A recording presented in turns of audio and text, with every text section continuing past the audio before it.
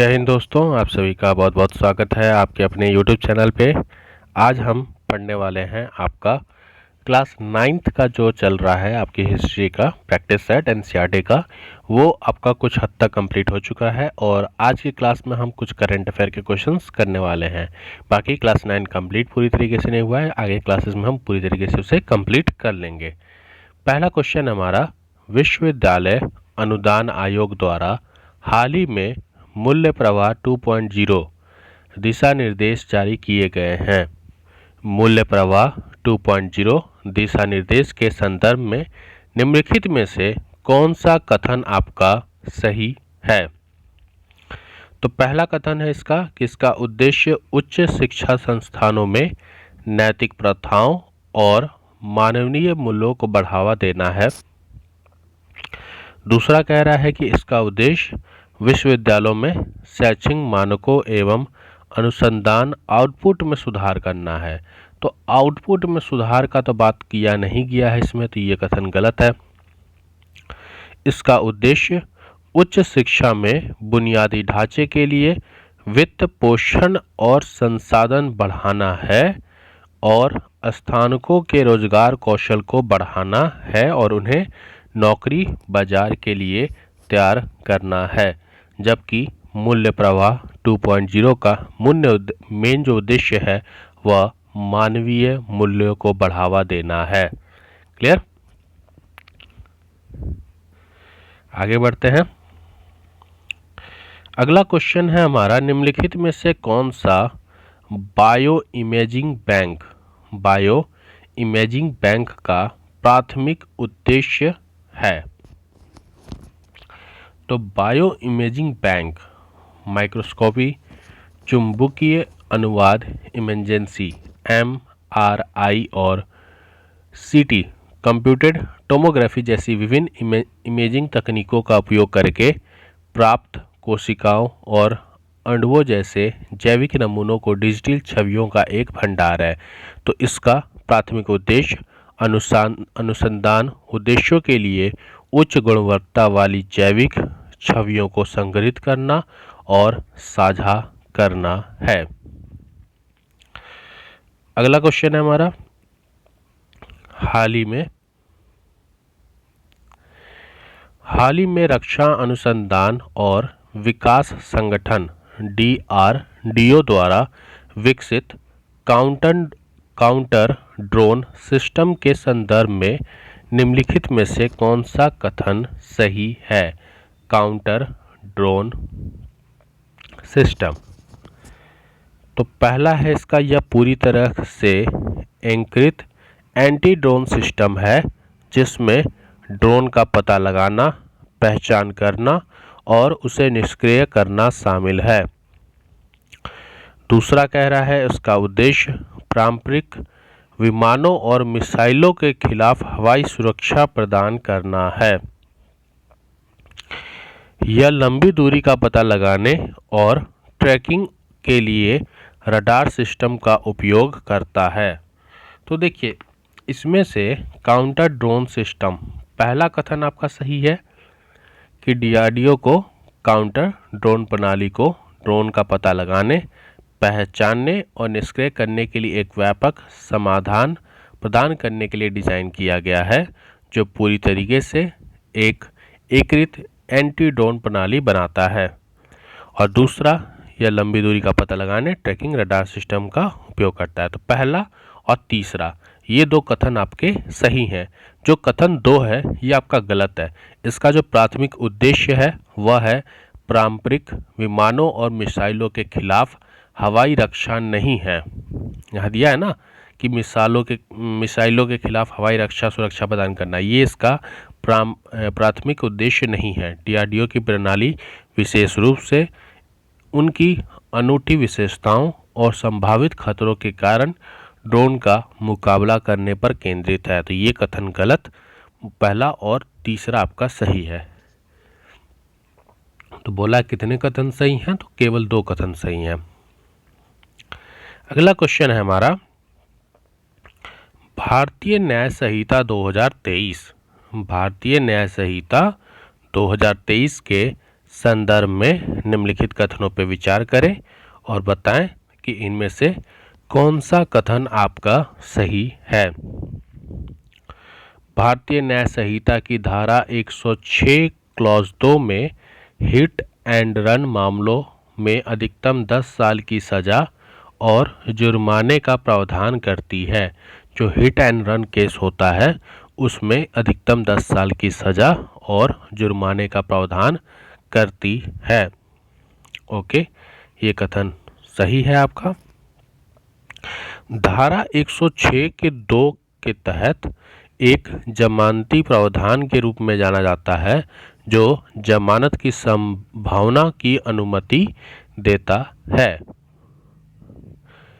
तो कथन 2 जो है ये आपका गलत है। जो धारा 106 का क्लॉज 2 है ये गैर जमानती धारा है।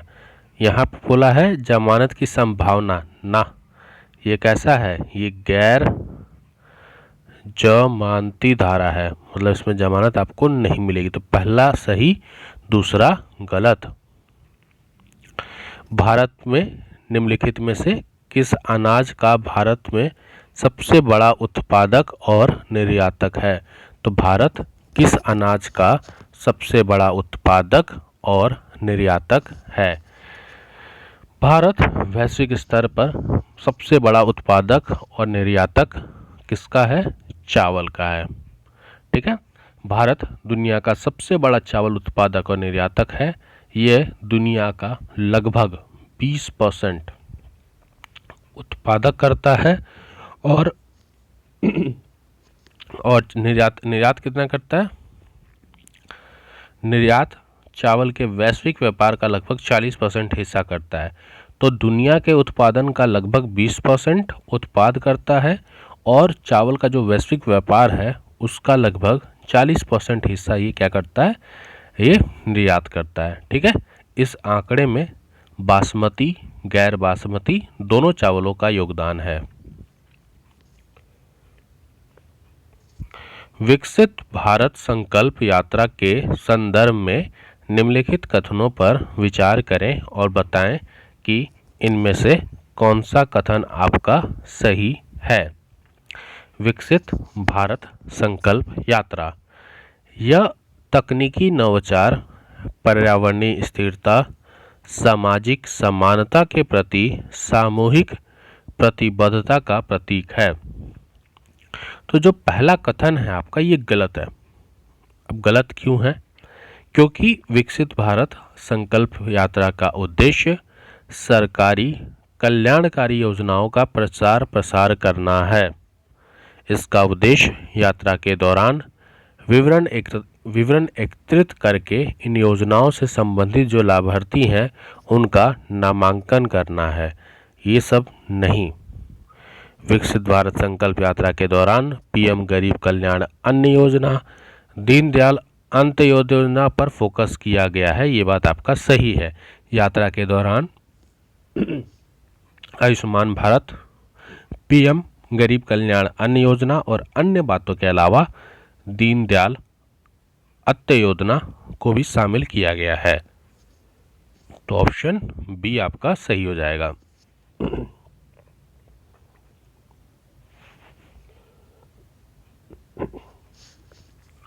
अगला क्वेश्चन है हमारा, भारत में अल्पसंख्यक शिक्षण संस्थानों के संदर्भ में निम्नलिखित में से कितने कथन आपके सही हैं। तो तीनों कथनों को मैं दिखा देता हूं जिससे आपको एक साथ तीनों कथन दिख जाए। पहला है, भारत में शैक्षणिक संस्थानों में अल्पसंख्यक चरित शब्द का तात्पर्य अल्पसंख्यक समुदायों से प्रवेश पाने वाले छात्रों की संख्या से है। तो ये जो कथन है आपका ये गलत है। भारत में शैक्षणिक संस्थानों के संदर्भ में अल्पसंख्यक चरित दिया ना, यहाँ पे अल्पसंख्यक चरित शब्द का तात्पर्य अल्पसंख्यक समुदायों के छात्रों की संख्या से नहीं है। दिया ना, छात्रों की संख्या से नहीं, छात्रों की संख्या से नहीं है, बल्कि यह एक ऐसी संस्था की स्थिति को संदर्भित करता है जिसमें भारत के संविधान से परिभाषित धार्मिक या भाषाएं अल्पसंख्यक समुदायों द्वारा स्थापित और प्रतिबंधित किया गया हो। इसमें क्या बताता है कि भारत के परिभाषित धार्मिक अल्पसंख्यक समुदायों द्वारा स्थापित और प्रतिबंधित किया गया हो। ठीक है, तो ये गलत है। भारत के संविधान के तहत अल्पसंख्यक चरित्र का दर्जा देने का प्राथमिक उद्देश्य शैक्षणिक संस्थानों में सभी समुदायों का समान प्रतिनिधित्व सुनिश्चित करना है। तो भारत के विशिष्ट सांस्कृतिक और शैक्षिक पहचान से संबंधित भारत के संविधान के तहत शैक्षणिक संस्थानों का अल्पसंख्यक चरित्र का दर्जा देने का प्राथमिक उद्देश्य सभी समुदायों का समान प्रतिनिधित्व सुरक्षित करना नहीं है। तो फिर क्या है इसका उद्देश्य? अल्पसंख्यकों की जो विशिष्ट भाषा है, लिपि है या फिर उनकी जो संस्कृति को चरित्र करना, उनको बढ़ावा देना, ये उनका मुख्य कारण है। यदि किसी कॉलेज को अल्पसंख्यक चरित्र का दर्जा दिया गया तो विश्वविद्यालय अनुदान आयोग यूजीसी इस स्थिति को निर्धारित करने और संरक्षित करने के लिए जिम्मेदार है। ये कथन भी आपका गलत है। यदि किसी कॉलेज को अल्पसंख्यक चरित्र का दर्जा दिया गया है तो इस स्थिति को निर्धारित करने के लिए संरक्षित करने की जिम्मेदारी आमतौर पर राष्ट्रीय अल्पसंख्यक आयोग की होती है, ना कि यूजीसी की। क्लियर? राष्ट्रीय अल्पसंख्यक आयोग। तो इसमें आपके सही उत्तर चुनने थे, इसमें कोई भी उत्तर आपका सही नहीं है। निम्नलिखित में से कौन सा निकाय देशों के बीच कानूनी विवादों को निपटाने और संयुक्त राष्ट्र महासभा, संयुक्त राष्ट्र सुरक्षा परिषद और विशेष एजेंसियों द्वारा संदर्भित कानूनी प्रश्नों पर सलाहकार राय देने के लिए जिम्मेदार है? क्वेश्चन है कि निम्नलिखित में से कौन सा निकाय देशों के बीच कानूनी विवादों को निपटाने, संयुक्त राष्ट्र महासभा, संयुक्त राष्ट्र सुरक्षा परिषद और विशेष एजेंसियों द्वारा संदर्भित जो कानून प्रश्न है उस पर सलाहकार राय देने के लिए जिम्मेदार है? तो इनमें से राइट आंसर क्या हो जाएगा? इसमें से राइट आंसर हो जाएगा आपका ICJ, अंतर्राष्ट्रीय न्यायालय। ठीक है, international court of justice. Clear? आगे बढ़ते हैं। अगला क्वेश्चन है हमारा, विमानन में उड़ान ड्यूटी समय सीमा FDTL का उद्देश्य निम्नलिखित में से कौन सा है? उड़ान ड्यूटी समय सीमा। तो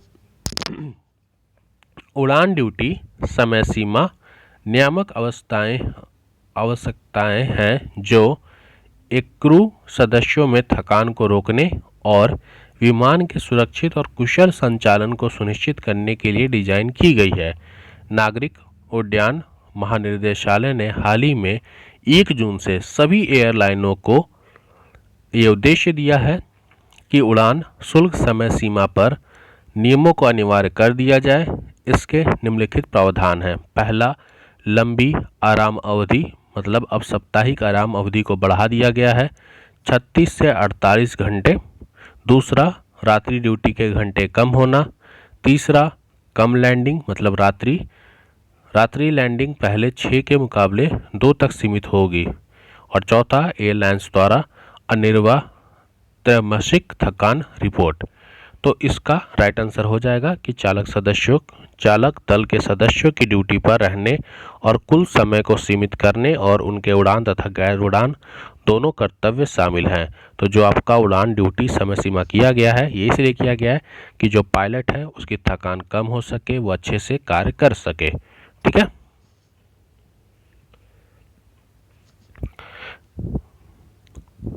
निम्नलिखित में से किस राज्य में इरगन नेस्ट वन्यजीव अभयारण्य स्थित है? इरगन नेस्ट वन्यजीव अभयारण्य किस राज्य में स्थित है? तो ये राज्य है आपका अरुणाचल प्रदेश। इरगन नेस्ट वन्यजीव अभयारण्य पूर्वोत्तर भारत में अरुणाचल प्रदेश के पश्चिम कामेंग कामेंग जिले में स्थित है। अभयारण्य अपनी समृद्ध जैव विविधता के लिए जाना जाता है और कई दुर्लभ और लुप्तप्राय प्रजातियों सहित विभिन्न प्रकार के पौधे जानवरों की प्रजातियों का भी यह घर है। क्लियर। चलिए अगला क्वेश्चन है, लगातार चौथी बार बांग्लादेश के प्रधानमंत्री के रूप में किसने शपथ ली है? शपथ तो शेख हसीना ने ली है, लेकिन अभी आपको पता है कि वहाँ पर तख्ता पलट हो गया है और वहाँ पे एज अ एडवाइज़र की सरकार चल रही है। तो अवामी लीग की अध्यक्ष शेख हसीना लगातार चौथी बार बांग्लादेश की प्रधानमंत्री के रूप में शपथ ली। बांग्लादेश के राष्ट्रपति ढाका में नए प्रधानमंत्री को शपथ दिलाया और साथ ही 25 मंत्री और 11 राज्य मंत्रियों ने भी शपथ ली थी। ठीक है, लेकिन अभी यहाँ पे सरकार तख्ता पलट है और शेख हसीना कहाँ पे हैं? भारत में है। भारत में पहले डॉग स्काई पार्क का खिताब किस टाइगर रिजर्व को मिला है? तो ये टाइगर रिजर्व है आपका महाराष्ट्र का पेंच टाइगर रिजर्व। महाराष्ट्र का पेंच टाइगर रिजर्व भारत और एशिया का 5वां डॉग स्काई पार्क वाला टाइगर रिजर्व बना है। डॉग स्काई पार्क से रात्रि आकाश की सुरक्षा करने और लाइट पॉल्यूशन को कम करने में मदद मिलती है। अंतर्राष्ट्रीय प्रकृति संरक्षण संघ IUCN प्रकृति संरक्षण और संरक्षित क्षेत्रों में पारिस्थितिकी को बनाए रखने के लिए नेचुरल डार्कनेस को संरक्षित करने के महत्व पर जोर दे रहा है। तो भारत का पहला और एशिया का 5वां डॉग स्काई पार्क कौन सा है? पेंच टाइगर रिजर्व भारत का पहला है और एशिया का ये 5वां है। चलिए आगे बढ़ते हैं। दूरसंचार अधिनियम 2003 के संदर्भ में निम्नलिखित कथनों पर विचार करें और बताएं इनमें से कौन सा कथन आपका सही है। यह लचीले स्पेक्ट्रम आवंटन विधियों का परिचय देता है जो संचार प्रौद्योगिकी की प्रभावी तैनाती के लिए महत्वपूर्ण है। तो ये कथन आपका सही है। अधिनियम बाजार की संघनता को कम करने और निष्पक्ष प्रतिस्पर्धा का समर्थन करने के लिए कार्यात्मक प्रतिकरण को बढ़ावा देता है। तो जो ये कथन भी आपका एक तरफ से सही है। ये जो है अधिनियम बाजार की संघनता को कम करने, निष्पक्ष प्रतिस्पर्धा को समर्थन करने और कार्यात्मक प्रतिकरण को बढ़ावा देता है। यह सुनिश्चित करता है कि नए सेवा प्रदाताओं के पास महत्वपूर्ण दूरसंचार बुनियादी ढांचे तक समान पहुंच सके। अगला है तीसरा, अधिनियम सार्वजनिक आपात स्थितियों के दौरान सरकार को महत्वपूर्ण शक्तियां देने से रोकता है जिससे नागरिक की गोपनीयता सुरक्षित रहे। नहीं, ये कथन गलत है। आपात स्थितियों के दौरान सरकार को महत्वपूर्ण शक्तियां प्रदान करता है, रोक नहीं सकता। अगला है क्वेश्चन हमारा, स्वच्छ सर्वेक्षण पुरस्कारों के संदर्भ में निम्नलिखित कथनों पर विचार करें और बताएं इनमें से कौन सा कथन आपका सही है। स्वच्छ सर्वेक्षण भारत भर के शहरों और कस्बों में स्वच्छता, सफाई और स्वास्थ्य रक्षा का एक वार्षिक सर्वेक्षण है। सही है। स्वच्छ सर्वेक्षण के तहत शहरों के मूल्यांकन के लिए अपशिष्ट प्रबंधन में सामुदायिक भागीदारी और व्यवहार परिवर्तन कुछ फोकस क्षेत्रों में से है। ये आपका गलत हो जाएगा। जो ऑप्शन 2 है ये आपका गलत है। अपशिष्ट प्रबंधन में सामुदायिक भागीदारी और व्यवहार परिवर्तन मूल्यांकन के लिए विशिष्ट फोकस क्षेत्र आपके नहीं है। क्या ये नहीं है? स्वच्छ सर्वेक्षण पुरस्कार के अंतर्गत स्वच्छ सर्वेक्षण पुरस्कार के तहत मूल्यांकन के लिए घर घर कचरा संग्रहण करना और प्रसंस्करण करना, सार्वजनिक शौचालय तक पहुंच और सफाई और सड़क की सफाई, सार्वजनिक स्थानों की सफाई कुछ फोकस क्षेत्र हैं। तो यहाँ पे आपने जो बोला ये गलत हो जाएगा। स्वच्छ सर्वेक्षण आवास और शहरी मामलों के मंत्रालय MOHU द्वारा कार्यान्वयन भागीदारी के रूप में क्वालिटी काउंसिल ऑफ इंडिया के साथ आयोजित किया जाता है। तो ये कथन भी आपका सही है। ऑप्शन 1 एंड 2 गलत है, ऑप्शन 1 एंड 3 सही है, 2 गलत है। 2 क्यों गलत है मैंने आपको बता दिया कि इसमें आपका सामुदायिक भागीदारी और व्यापार परिवर्तन मूल्यांकन के विशिष्ट फोकस क्षेत्र नहीं है। अगला क्वेश्चन है green fuels alliance India. Green fuels alliance India GFAI के संदर्भ में निम्नलिखित में से कथनों पर सही बताइए। कौन सा कथन आपका सही है? Green fuels alliance India. तो इसमें पहला कथन है गठबंधन के लक्ष्य भारत को हरित हाइड्रोजन उत्पादन और निर्यात में वैश्विक नेता के रूप में स्थापित करता है। ये बात सही है। यह डेनमार्क और भारत के बीच एक गठबंधन है। ये कथन भी सही है। हरित ईंधन प्रौद्योगिकी पर संयुक्त अनुसंधान और विकास परियोजना को सुविधाजनक बनाना GFAI में शामिल होने के सहयोग के प्रमुख क्षेत्र हैं। आपके तीनों के तीनों कथन सही हैं।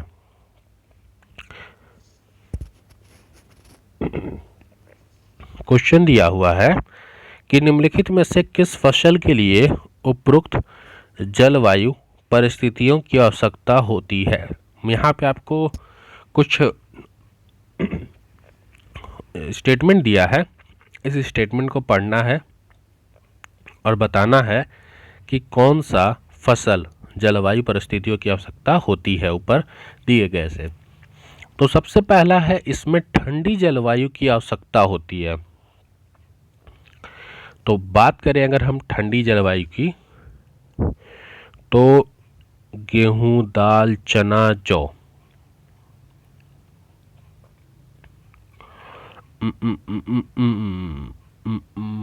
ओके।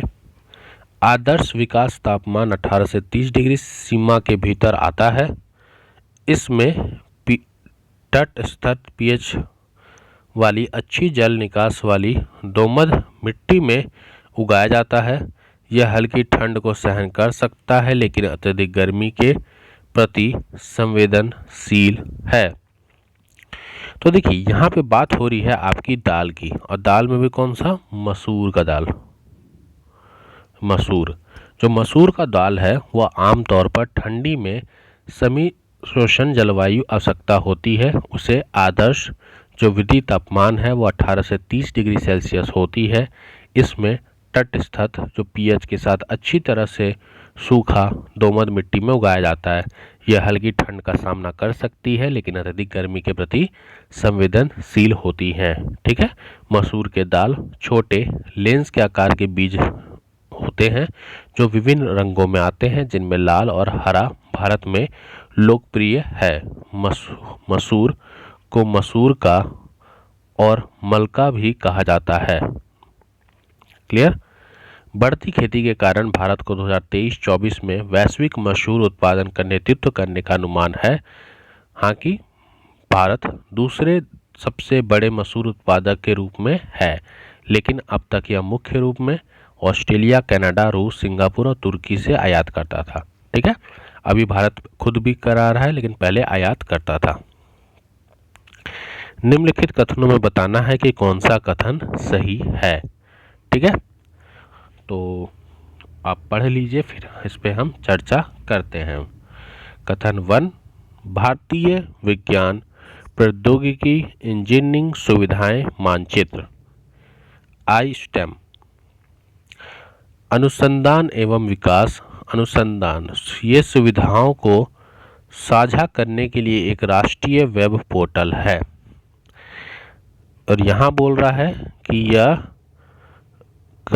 यह समुदाय सामूहिक गतिविधियों में संग्रह होते हैं जो सभी सदस्यों के लिए शारीरिक और मानसिक कल्याण को बढ़ावा देते हैं।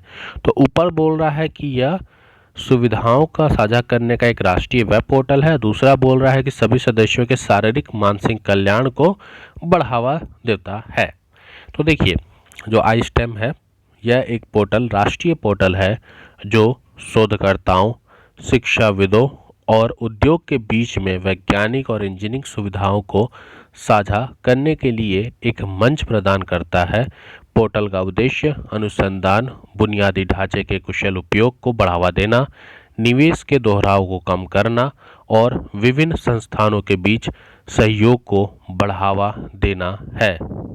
तो इसमें जो पहला ऑप्शन है वो आपका सही है, दूसरा ऑप्शन आपका गलत हो जाएगा।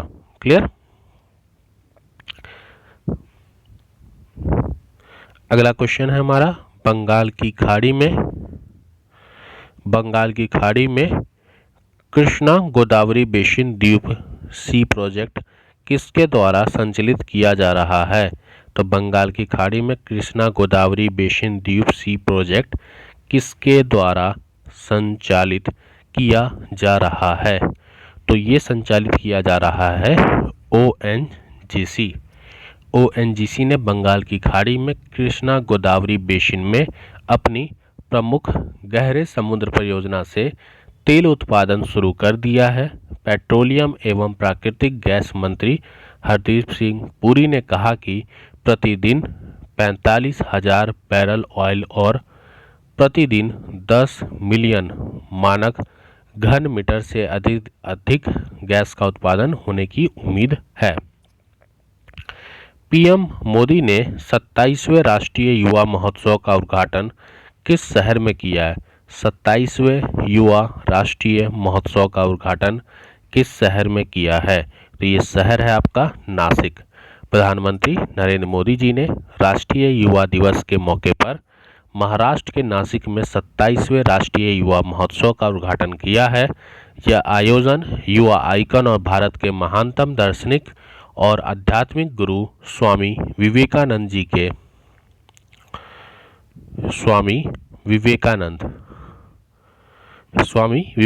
जी की जयंती पर आयोजित किया गया था और उन्होंने महाराष्ट्र दौरे के दौरान पीएम मोदी जी ने 30,500 करोड़ से अधिक रुपए की विकास परियोजना का उद्घाटन भी और शिलान्यास भी किया है।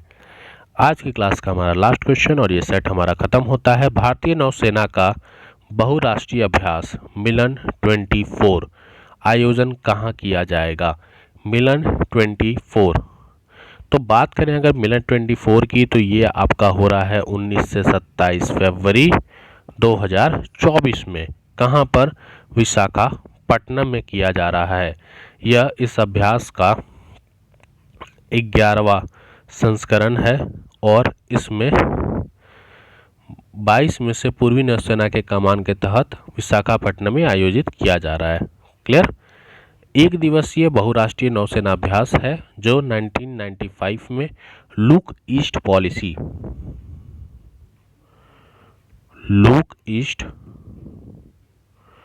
पॉलिसी के तहत 4 देश, पहला इंडोनेशिया, सिंगापुर, श्रीलंका, थाईलैंड की भागीदारी के साथ शुरू हुआ था। ठीक है। तो आज की क्लास आपकी कंप्लीट हो गई और हमने आज करंट अफेयर की क्लास की थी। बाकी आपका जैसा प्रैक्टिस सेट चल रहा था वैसे ही हमेशा कंटिन्यू रहेगा। आपको वीडियो अच्छा लगा तो आप वीडियो को लाइक करें, चैनल को सब्सक्राइब कर लें। अपने थॉट्स को आप कमेंट के थ्रू या आपका कोई सुझाव है तो आप मुझे कमेंट के थ्रू बता सकते हैं। बाकी इस चैनल पे बने रहें, आपको करंट अफेयर के साथ साथ थ्योरी क्लासेस और बहुत सारे क्लासेस भी मिलते रहेंगे। तो हमारा जो सेट 2 था, टेस्ट 2, ये कंप्लीट हो गया। इसमें मैंने आपको हिस्ट्री के 80 क्वेश्चन कराए थे। क्लास 8 आपका पूरा कंप्लीट हो चुका है। क्लास 9 का सेक्शन 1 हुआ। सेक्शन 1 मतलब सिर्फ चैप्टर 3 तक हमने किया है। बाकी जो नेक्स्ट क्लास होगी उसमें चैप्टर 4 से कंटिन्यू हो जाएगा, class 9th and 10th। Clear. चलिए मिलते हैं अपने नए वीडियो में। जय हिंद, जय भारत।